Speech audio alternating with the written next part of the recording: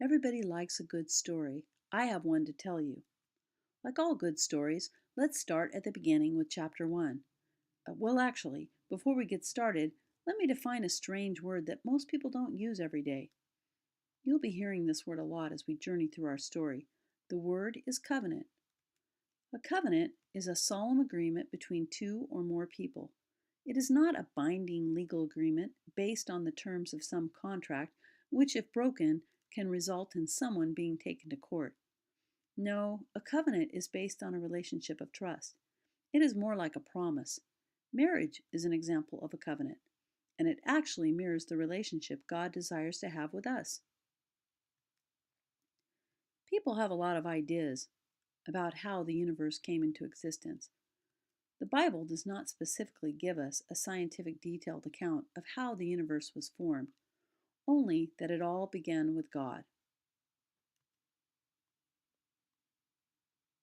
In the ancient Near East, most people believed there were many gods: the god of the sun, the god of the rain, the god of wind, blah, blah, blah, blah.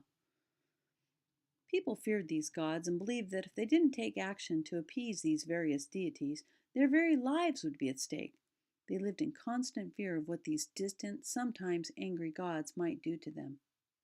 And this led some of them to do some pretty drastic things, like sacrifice their children to be burned alive by fire in order to appease some of these gods. The Bible declares something so counterculture to the time, it must have been somewhat inconceivable to the hearers of that age. In the beginning, God created the heavens and the earth.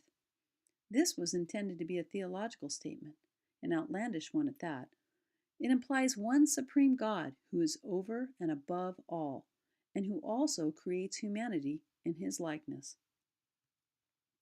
Modern post Enlightenment people are not comfortable with ambiguity or with the absence of scientific evidence. Mystery leaves modern culture uncomfortable and perplexed. Such a statement without evidential proof is preposterous to the modern or postmodern mind. Christians believe that God created the heavens and the earth. How he actually created it may be beyond our understanding, since God exists outside of human time and space. He is not subject to our limitations. The important idea here is that God created all that exists, and he did not make the universe out of what existed, because he himself exists before all things. All things were called into being by his divine word. How are we to understand God? Who is he? What is he like? The essence of God is a relationship of love, a communion within the community of the Father, the Son, and the Holy Spirit, one God who created all things and is above all things. You may have heard that God is love. What does this mean? This concept of God will unfold and become clear as we journey through our story. But to begin answering this question, we'll again go back to our creation story. God is love, says John 4:8. Therefore he loved us before he created us. I have loved you with an everlasting love, says God through the prophet Jeremiah. God has always loved us and always will, because God is love. When I consider the heavens, the work of your fingers, what is man that you are mindful of him? The Son of Man that you care for him, declares the psalmist. When a man and woman fall in love and get married, they often have a natural desire for children. That's because love always begets more love. In the same way, humanity exists as a result of the love relationship within the Trinity. Our origin is the heart of God.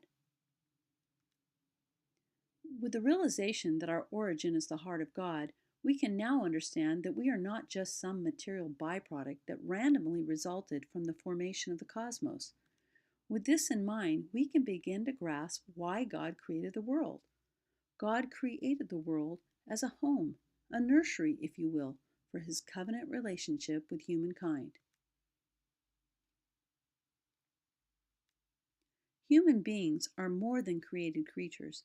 They are meant to be sons and daughters of God, living in full knowledge of God and in vital, loving, covenantal relationship with the persons of the Trinity, the Father, the Son, and the Holy Spirit.